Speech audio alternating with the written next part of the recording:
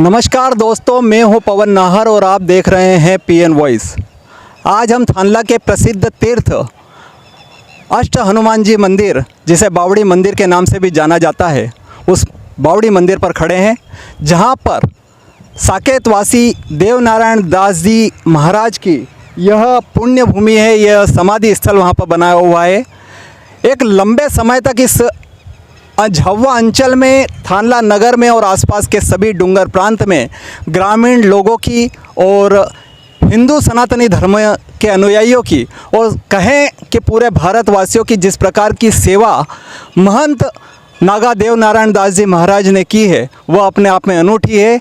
और उनके समाधि स्थल पर आज सैकड़ों श्रद्धालु इस प्रसिद्ध बावड़ी मंदिर तीर्थ पर आते हैं और अपना माथा उनके चरणों में झुकाते हैं और बाबा देवनारायण दास जी महाराज के जो सपने हैं उनको साकार करने का प्रण लेते हैं। आज उनकी इस तपोभूमि पर उनको 30वीं पुण्य स्मृति पर, उनके पावन पुण्य स्मरण दिवस को याद करने के लिए सैकड़ों श्रद्धालु यहाँ पर आए और बाबा की जो समाधि है उस समाधि पर उन्होंने पुष्पांजलि अर्पित की और उनकी यहाँ पर प्रतिमा भी लगाई हुई है बावड़ी मंदिर पर। उस प्रतिमा पर उन्होंने पूजा अर्चना की, सेवा पूजा की, उनकी महाआरती उतारी और गौतम प्रसादी ग्रहण करके उनके सपनों को साकार करने का संकल्प लेकर जो गुरुवर राष्ट्रवादी संत रहे हैं, सांस्कृतिक राष्ट्रवाद की इस जनजाति क्षेत्र में अलग जगह है और जनजाति समाज पे किसी भी प्रकार की मुसीबत आई है, उस मुसीबत में वो उनके साथ खड़े हुए हैं।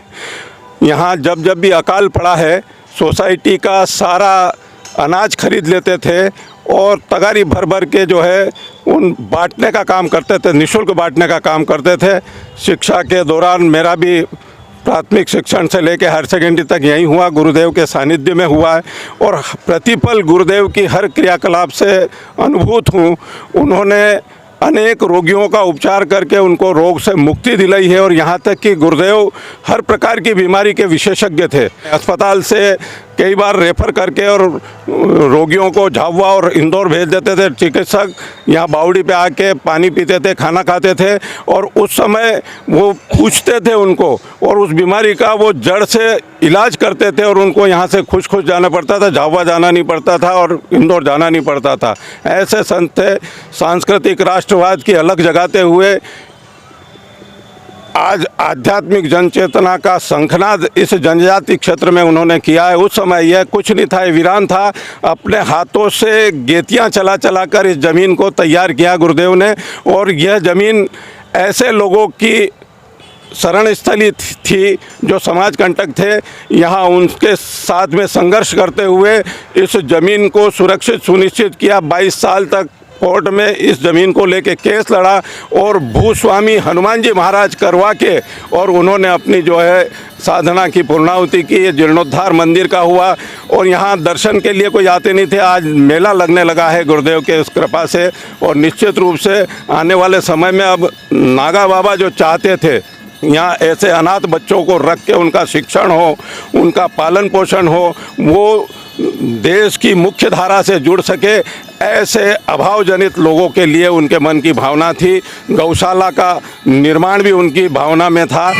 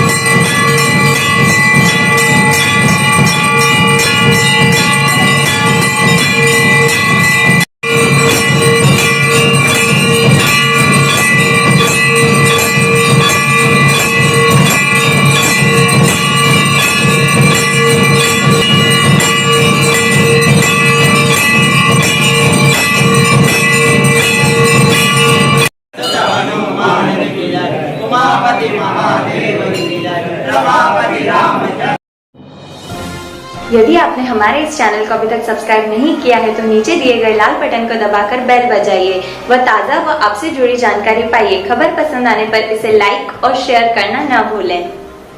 आज के लिए बस इतना ही। बहुत जल्द फिर मुलाकात होगी आपकी ही आसपास की खास घटना व मुद्दों के साथ। तब तक के लिए नमस्कार।